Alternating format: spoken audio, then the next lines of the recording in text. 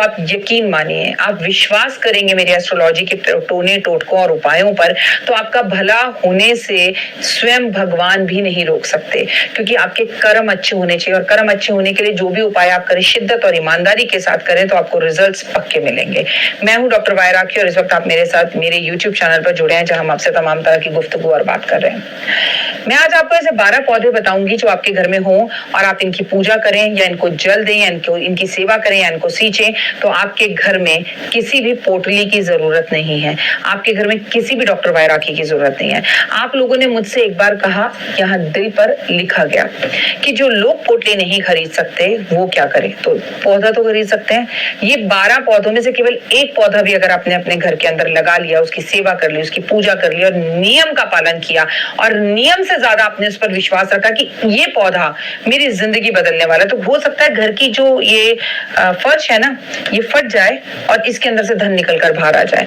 मेरी बातें सुनने में शायद आपको बेईमानी सी और बेकार सी लगे या अंधविश्वासी लगे, पर लोगों की जिंदगी बदल रही है और लोगों की जिंदगी में चमत्कार हो रहे हैं। यकीन ना हो तो आप मेरे कमेंट्स पढ़ लीजिए और कमेंट्स में देखिए कि लोग कितनी अच्छी बातें लिख रहे हैं। लोगों का विश्वास रखकर जो लोग कर रहे हैं, इसमें ना मेरा 1% भी हाथ नहीं है, 1% हाथ नहीं। 100 आउट ऑफ 100 मार्क्स आप लोगों को है, मेरे इस परिवार को है कि आप लोग ट्रस्ट करते हैं, विश्वास करते हैं और शिद्दत से करते हैं। लोगों की जिंदगी बदल गई। जहां लोग राक्षस काल में उठकर 8 बजे नहाते थे, वहां लोगों ने इस YouTube चैनल को देखकर सुबह 4 बजे, 5 बजे, 6 बजे अपनी क्षमता के अनुसार उठना शुरू कर दिया और नहाना शुरू कर दिया। मैंने अपनी एक वीडियो में आपको पहले ही बताया था, सुबह ब्रह्म मुहूर्त में नहाना बहुत अच्छा होता है। हम जब भी 7 बजे के बाद नहाते हैं तो वो राक्षसों का टाइम है। हम राक्षस योनि के अंदर राक्षसों के साथ नहा रहे होते हैं, जो हमारी सेहत, हमारे व्यापार, हमारे काम के लिए ठीक नहीं है।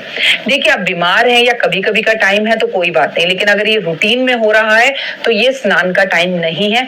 किसी भी हाल में सुबह 3:30 बजे से 6 बजे के बीच में आपको स्नान कर लेना चाहिए, ठीक है।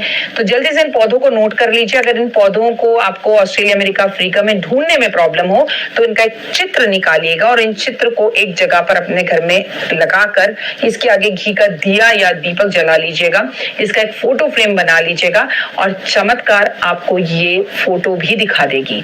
और आपको यकीन नहीं है तो आप में से कोई भी एक व्यक्ति ने इसे कर देखे, और लगातार 6 महीने करने के बाद अपनी जिंदगी की रुकावटों में ऐसा लगेगा भगवान आकर एक एक गांठ खोल रहे हैं, कि गांठ खोल रहे हैं, और अपने आप ही काम ना होते चले जा रहे हैं। यकीन नहीं है तो पौधों के नाम सुन लीजिए।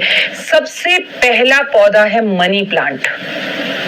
कंडीशन, मनी प्लांट को घर के अंदर भी रख सकते हैं, बाहर भी रख सकते हैं। मनी प्लांट का जो पत्ता है वो इस हाथ से बड़ा नहीं होना चाहिए, इससे छोटा हो जाए, इतना हो जाए। लेकिन एक मनी प्लांट आता है बड़े पत्ते वाला, वो नहीं रखना।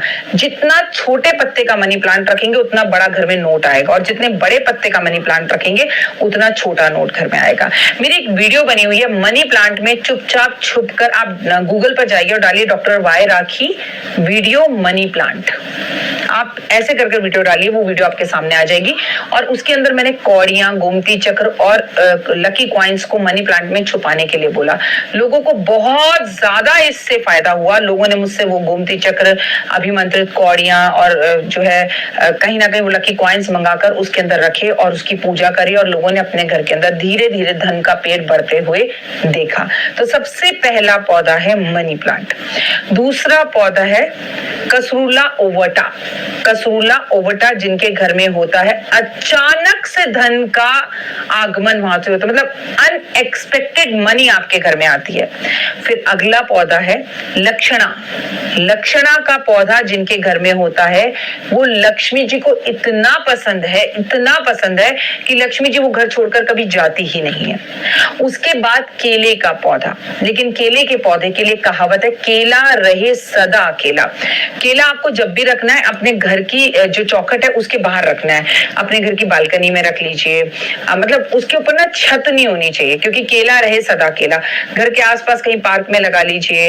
मैंने भी अपने घर के बाहर पार्क में लगा रखा है, लेकिन घर के अंदर मनी ये जो है केले का पेड़ नहीं होना चाहिए। अगला वृक्ष है जो बेहद ज्यादा लक्ष्मी जी को पसंद है और उस पेड़ से राहु केतु और शनि की शांति होती है, वो है नारियल का पेड़। अगर अभी तक आपने अपने घर में नारियल नारियल का पेड़ नहीं लगाया तो जरूर लगाएं। तुलसी का पौधा, रामा और श्यामा दोनों ही तुलसी होनी चाहिए। अश्वगंधा का पौधा बेहद ज्यादा पसंद है। कनेर का पौधा भगवान को, लक्ष्मी को बेहद ज्यादा पसंद है। कनेर की पूजा करने से विष्णु भगवान प्रसन्न होते हैं और अश्वगंधा से सुख ही सुख की प्राप्ति होती है। श्वेत आक का पौधा जो गणपति को पसंद है।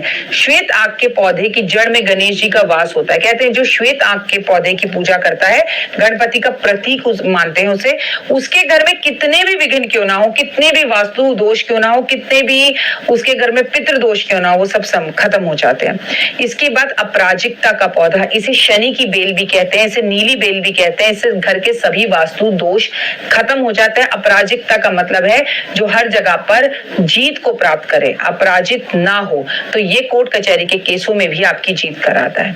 हार श्रृंगार का पौधा जो अगेन लक्ष्मी जी को बहुत पसंद है। हार श्रृंगार के पौधे के फूलों के बिना आप दिवाली वाली रात को लक्ष्मी की पूजा कर ही नहीं सकते। जैसे भोलेनाथ को बेल पत्र भांग धतूरा चढ़ाना अनिवार्य है, वैसे मां लक्ष्मी को हार श्रृंगार का पौधा और उसके फूल अर्पण करना बेहद अनिवार्य है।